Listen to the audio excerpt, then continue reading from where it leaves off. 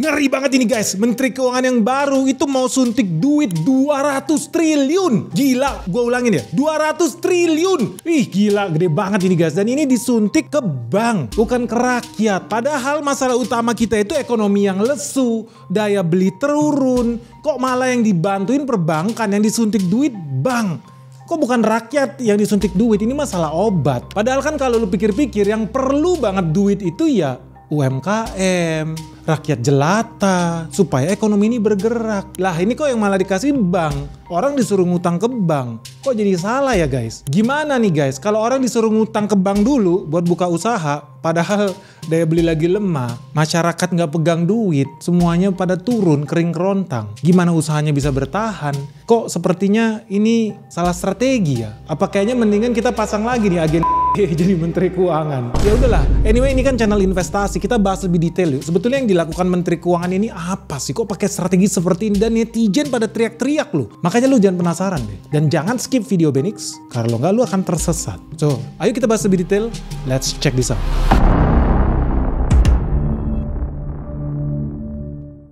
Jadi ya teman-teman, buat yang belum paham ya, Menteri Keuangan kita itu udah menemukan cadangan duit yang jauh lebih besar dibandingkan giveaway Benix yang cuma 100 triliun itu dari program gratis masuk tol khusus mobil listrik. Yang hari ini juga gue mau bilang segeralah tolong digratiskan itu. Tetap ya konsisten gue. Kita ini pro mobil listrik. Supaya APBN negara kita nggak habis terkuras cuma buat beli minyak impor. Sedih banget. Malah kemarin gue lihat Shell, BP juga pada kekeringan.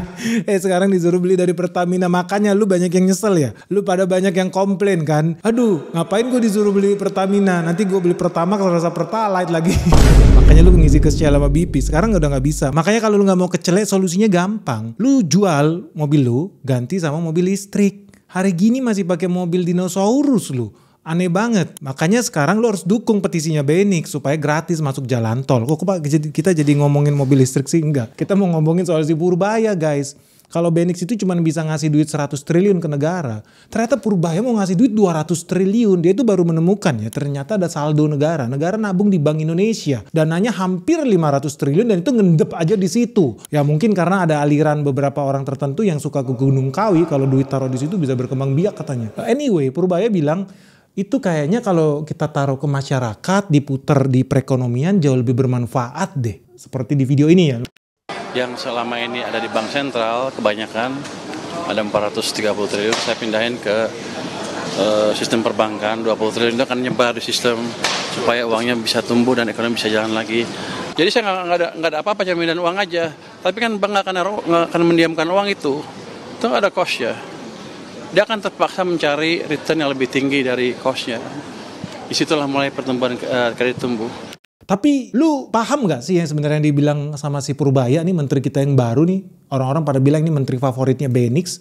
Kenapa ini penting? Karena ketika gua lihat di X, Instagram, Facebook, Twitter, banyak netizen-netizen itu yang tersesat. Maksud gue bukan cuma tersesat, tapi cenderung goblok. Contohnya si Taufik 7000 ini nih. Namanya udah kayak mesin motor aja. Dia bilang apa? Menteri Keuangan yang baru menyuntikkan 200 triliun ke bank. Ingat, ke bank. Artinya rakyat disuruh ngutang kalau mau dapat manfaat. Padahal masalah utama ekonomi lesu, daya beli turun. Suntik bank sama dengan salah obat. Yang perlu disuntik itu rakyat dan UMKM. Biar ekonomi bergerak. Kalau saya ngutang ke bank untuk buka usaha tapi daya beli masyarakat lemah, apakah usaha saya bisa bertahan? Kata si Taufik itu ya.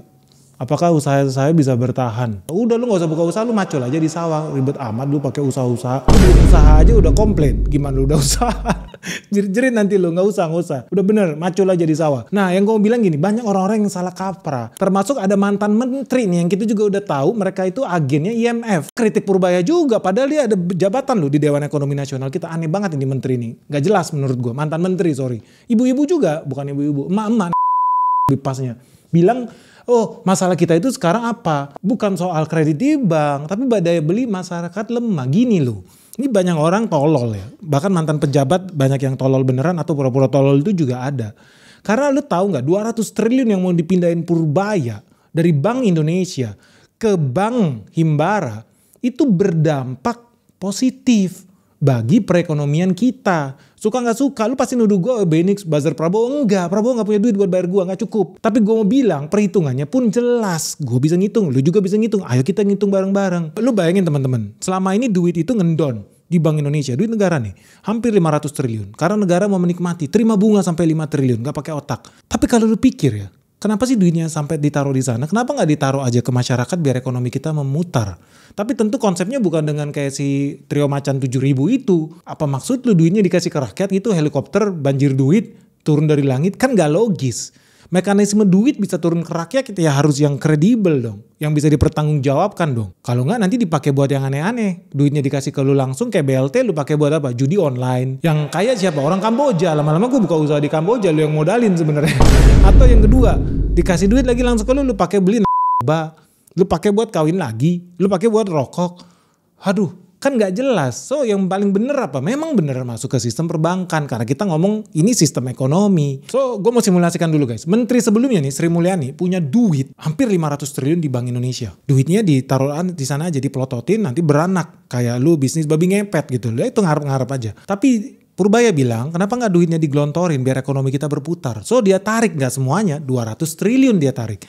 Dia taruh kemana? Ke Bank Himbara. Ada yang dapat 50 triliun, ada yang dapat 25 triliun, nanti breakdownnya gue kasih. Karena gak penting buat gue kasih tahu sekarang kalau lu gak sampai logika berpikirnya. Jadi lu jangan skip video ini. Nah 200 triliun sama Purbaya ditaruh ke perbankan, sistem perbankan Indonesia. Sorry nih Bang BCA gak kebagian. Nah lu tahu gak 200 triliun itu terus gimana? Ya kali dipelototin aja masih direktur-direktur perbankan kita. Kan enggak, karena mereka juga harus bayar bunga loh.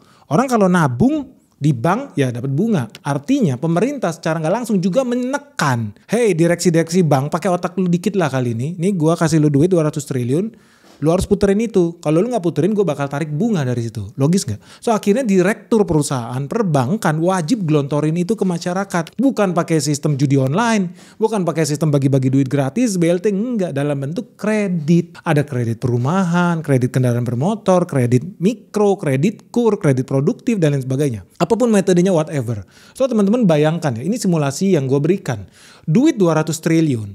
Ditaruh di sistem perbankan. Orang akan ambil duit 200 triliun ini buat bisnisnya dalam bentuk kredit. Tentu nggak semuanya akan digelontorkan karena bank ini juga perlu cadangan buat dia bisnis yang namanya GWM. Kepastian dia aja lah bahwa ya kalau seandainya collapse, sistem kita masih ada kok dana deposit yang kita hold.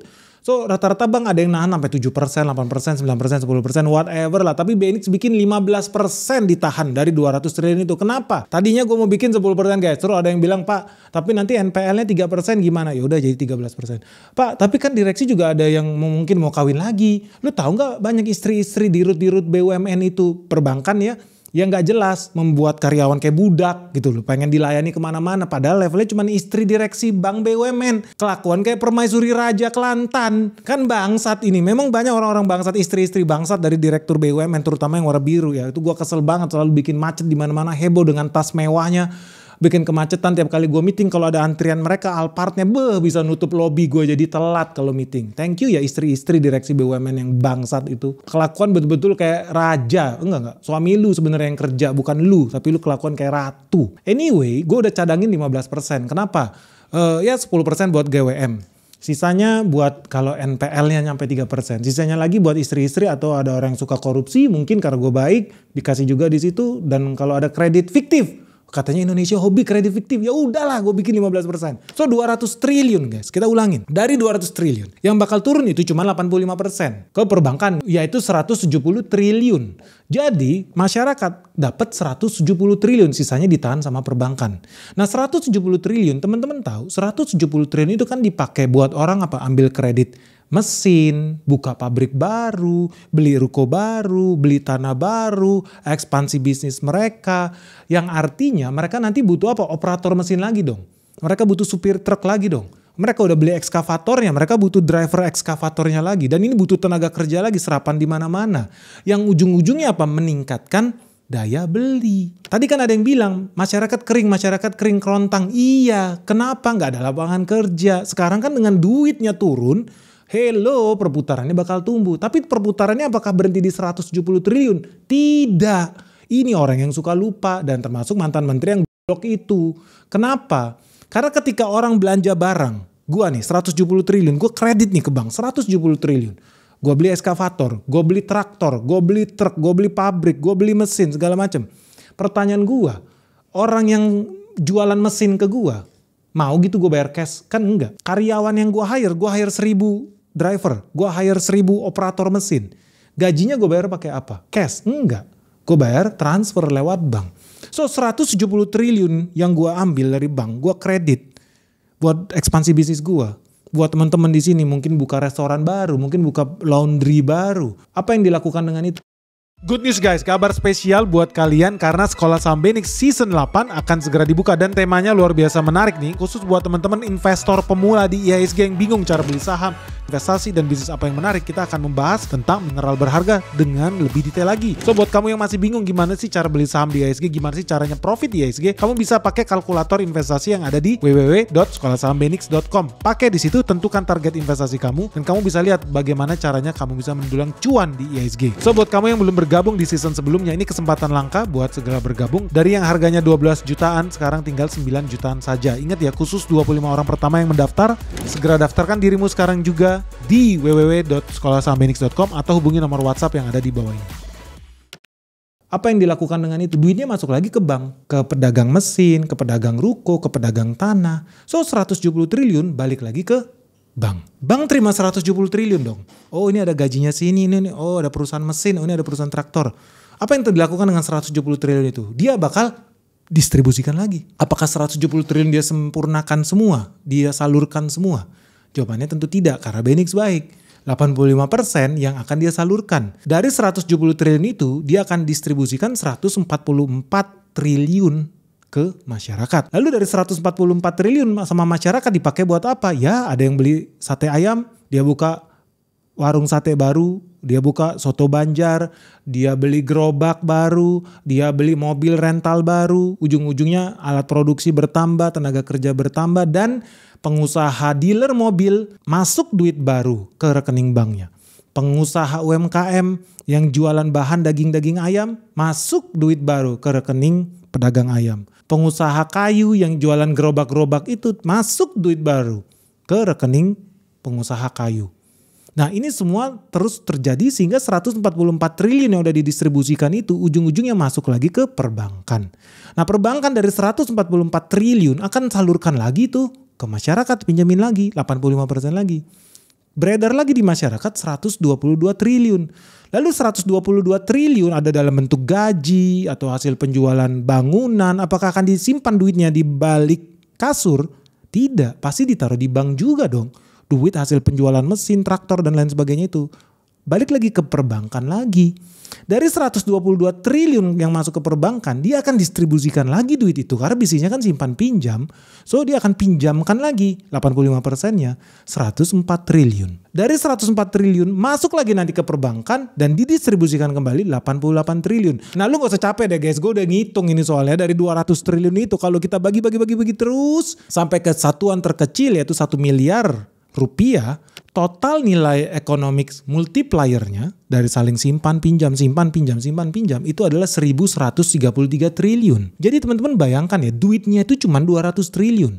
Tetapi ketika diputar ke ekonomi bisa menghasilkan duit 1.133 triliun nilai putaran ekonominya. And that's a very big money.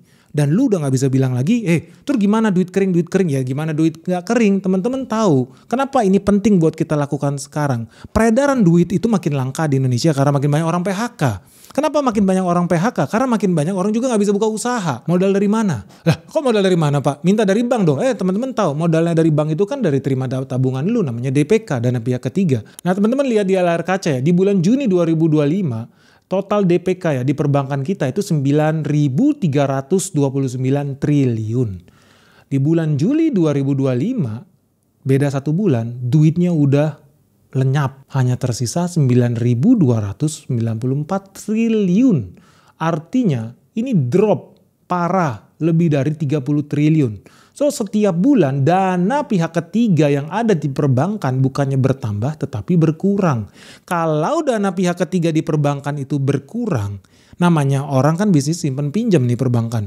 Orang nabung di dia, dapat bunga deposito 3%. Nanti dia pinjemin ke orang bunganya 10%. Itu kan bisnisnya sesimpel itu. Tapi kalau yang nabung di dia makin sedikit, Terus duit siapa yang mau dia pinjemin? Duit dari hantu belau gitu dia? Atau turun dari langit? Gak bisa. Artinya semakin sedikit orang yang nabung ke dia, semakin sedikit duit yang bisa dia putarkan. Ya dong, kalau nggak jadi duit bodong dong. Duit siapa yang dia mau puterin kalau nggak ada yang nabung lagi tempat dia? Ini namanya penipuan dong, kan nggak bisa begitu perbankan. Nah makanya teman-teman lihat, kalau seandainya DPK-nya makin berkurang, berarti loan to deposit rasionya itu juga bakal makin tinggi. Nah teman-teman lihat di layar kaca ya, di bulan Juni 2025 LDR kita 86,4%. Naik 1 bulan ke Juli 2025 menjadi 86,54%. LDR itu apa guys? LDR itu loan to deposit ratio. Rasio antara duit yang dipinjamkan dengan rasio orang yang simpen duit di dia. Kalau rasio sampai 100% berarti udah dalam kondisi gawat ini guys. Dia terima duit 1 triliun yang dia distribusikan 1 triliun itu kondisi gawat darurat. Kalau ada yang nyangkut, ada yang gagal bayar, dia nggak bisa bayar gaji karyawan. Bahaya dong. Nah lu bisa lihat dari layar yang ada di layar kaca, loan deposit ratio itu mereka makin naik. Idealnya berapa sih? Idealnya juga nggak boleh terlalu rendah, artinya kan bank nggak nyalurin. Kalau seandainya LDR-nya terlalu kecil.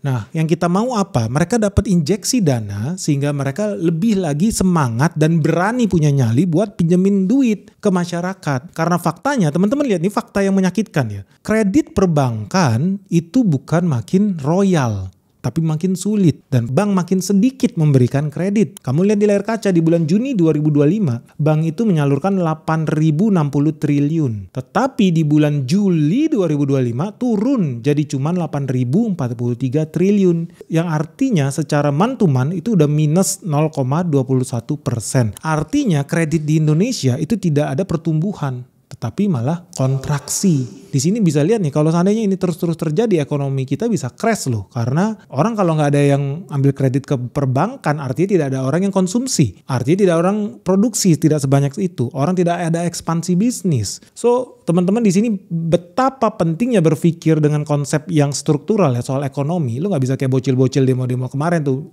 Tuntutannya apa? Pecat Saroni. Apa lu tuh tolol banget. Bukan yang dituntut sistemnya dibikin lebih bagus, lebih transparan, hukum mati koruptor kayak kata Benix, potong generasi, anti nepotisme, kan lebih konkret sistem ngomongnya. Nah Purbaya ini ngomong sistem, bahwa apa yang dia bilang, hey perbankan kekeringan duit, hey perbankan gak bisa nyalurin kredit lagi, hey kita butuh ekstra dana. So 200 triliun itu ketika dikucurkan, gue udah kasih perhitungannya sama kalian, ternyata bisa menciptakan economic multiplier sampai 1133 triliun. Ngeri guys, ini hampir 5 kali lipatnya loh. So ini efeknya bakal sangat dahsyat. Makanya gue sih confident ya, Indonesia perekonomiannya bisa di atas 5%, bahkan 6% itu sangat-sangat mungkin. Apalagi kalau ini dikombinasikan dengan government spending. So buat teman-teman yang lupa ya, gue ingetin lagi ya, pertumbuhan ekonomi kita atau GDP kita suka hitung berdasarkan rumus apa? Konsumsi di Indonesia tinggi, lalu yang kedua itu investasi, yang ketiga itu government spending, yang keempat itu ekspor harus lebih besar dibandingkan impor. Nah teman-teman udah tahu ya, kalau seandainya Purbaya 200 triliun itu dikucurkan dan tadi multiplier efeknya bisa jadi 1133 triliun menurut perhitungan Benix, karena Benix orangnya baik ya, jadi 85% doang yang diputar. Itu lu tahu kan artinya apa? Orang-orang makin banyak yang pegang duit. Konsumsi pasti bertambah. Tadi kan gue udah bilang orang jadi belanja alat produksi, beli mobil, beli truk, beli mobil box, beli ruko dan lain sebagainya, itu bakal hidup. Dan gue pun melihat itu bisa terjadi ya. Kita ini menjadi boom, economic boom dalam 1-2 tahun ke depan. Good news. Sisi lain apa? Investasi bisa jadi naik. Iya, investasi juga naik karena orang mau ekspansi bisnis. So this is a good thing. Tapi teman-teman ada satu lagi yang menarik lagi. Kenapa gue sangat pede dengan yang namanya economic boom kita dalam 2 tahun ke depan ini bakal betul-betul ya teman-teman bisa rasakan itu. Karena government spending gue yakin akan dibikin lebih agresif. Nah teman-teman tahu sekarang ini udah bulan September 2025 ya. Sebentar lagi udah mau ganti tahun nih, Oktober, November, Desember. Ganti tahun kita deh. Tapi ternyata pengeluaran pemerintah bahkan belum sampai 50%.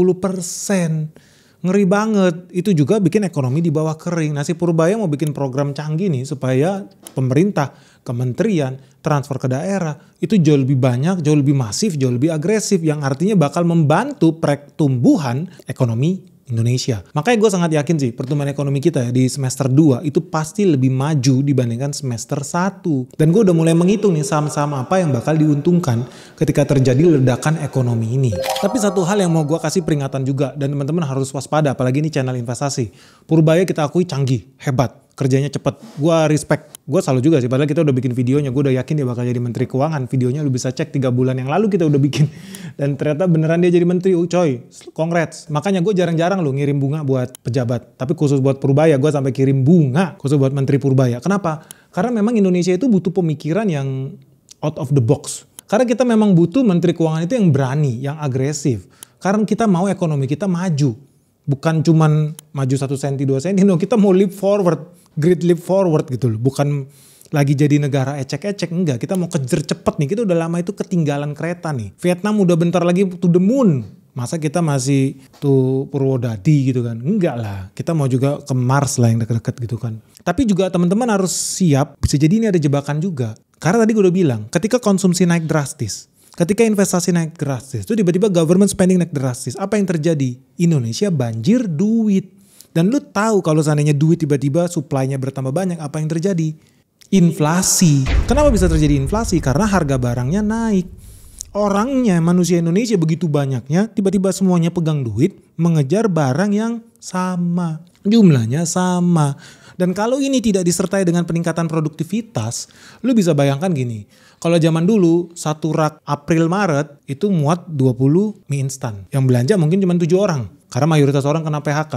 Sekarang tiba-tiba 2.000 orang pegang duit. 2.000 orang dapat pekerjaan. Pergi ke April Maret yang sama, mie instannya tetap 20 bungkus. Apa yang terjadi? Harganya bakal naik. Jadi kalau seandainya ya banjir duit yang lu bakal saksikan sebentar lagi terjadi di Indonesia. Dan lu udah tau lah ya, namanya Benix kalau bikin prediksi ya kemungkinan besar ya tepat. Dan ini akan terjadi. Kalau pemerintah tidak bijaksana, karena gue udah yakin ekonomi kita bakal tumbuh drastis. Ini bisa menyebabkan hyperinflation. Dan ini bisa jadi jebakan juga karena negara juga punya rencana buat cetak duit juga. Buat apa? Bayar utang. Jadi banyak efek yang akan menciptakan ledakan inflasi di Indonesia. Kalau seandainya ini nggak disertai oleh ya manajemen yang baik. Tapi satu hal yang menarik ya, kalau inflasi itu kan bisa jadi cost push ya. Ini lebih terjadi karena adanya demand pull inflation. Jadi inflasi yang terjadi karena demandnya tiba-tiba melonjak. Orang tiba-tiba pegang duit. Nah, apakah itu bisa menciptakan bahaya, jebakan nih buat Purbaya? Gue mau kasih oleh-oleh nih buat Purbaya di video ini. Bisa ya dan bisa tidak. Ini beda dengan BLT. Teman-teman tahu ya, BLT gue udah bikin videonya dari 3 tahun lalu. Kenapa gue mengkritik kebijakan BLT yang akan justru menciptakan devaluasi mata uang rupiah terjadi. BLT akan menciptakan harga barang-barang tambah naik, terjadi hari ini. BLT akan menciptakan inflasi, dan itu terjadi. Kenapa? Karena orang yang terima BLT ini adalah orang-orang yang tidak produktif. Tiba-tiba dikasih duit, halnya dipakai untuk tindakan konsumtif. Peredaran uang tiba-tiba meningkat di masyarakat, padahal tidak disertai dengan produktivitas. Dan itu terjadi, teman-teman rasakanlah. 5 tahun, 10 tahun terakhir nih, sebelum ganti presiden. Harga barang-barang tambah murah atau tambah mahal? Pasti tambah mahal. Nah, itulah bahayanya. Nah, bedanya dengan yang sekarang apa? Sama-sama cetak duit lu bilang. Kayak netizen tolol gak pakai otak dan mantan menteri juga yang sama-sama juga gak ada otak kalau itu bahkan. Tapi bisa jadi menteri, ya konyol memang. Nah, lu lihat apa yang terjadi bedanya, kalau di era presiden sebelumnya, duit itu banjir dari langit gratisan dalam bentuk BLT. Ayo lah, banyak bentuknya lah. Tapi kalau yang kali ini 200 triliun, apakah betul BLT? Tidak, karena 200 triliun masuk melalui sistem perbankan. Kalau masuk melalui sistem perbankan, berarti duit itu disalurkan melalui dunia usaha. Artinya apa? Sektor yang pro-bisnis, sektor yang produktif. Karena dia sektor yang produktif, seperti mungkin buka kebun baru, buka tambang baru, buka pabrik baru, buka kilang baru. Artinya ada penciptaan lapangan kerja baru, ada produktivitas baru. Bukan semata-mata cetak duit seperti generasi sebelumnya. Nah di sini artinya masyarakat menjadi punya penghasilan, bisa meningkatkan konsumsi. Dan konsumsi ini akan meningkatkan GDP Indonesia. Karena ingat ya, 50% lebih GDP Indonesia karena faktornya konsumsi. So dari sini lu udah bisa lihat bedanya antara cetak duit generasi sebelumnya yang agen itu ya, sama 200 triliun yang mau diturunkan sama Purbaya, ya satu tidak produktif karena bisa pakai judi online, pergi ke Kamboja duitnya itu. Yang sekarang menurut gue relatively lebih aman dan bahkan lebih bagus karena sektornya betul-betul bisa menciptakan lapangan kerja dan untuk dunia usaha. Jadi lebih hidup. Lalu apakah ini juga bakal menciptakan inflasi? Ini yang penting. Ingat, kita masih ada bom waktu di depan mata. Cetak duit buat bayar utang.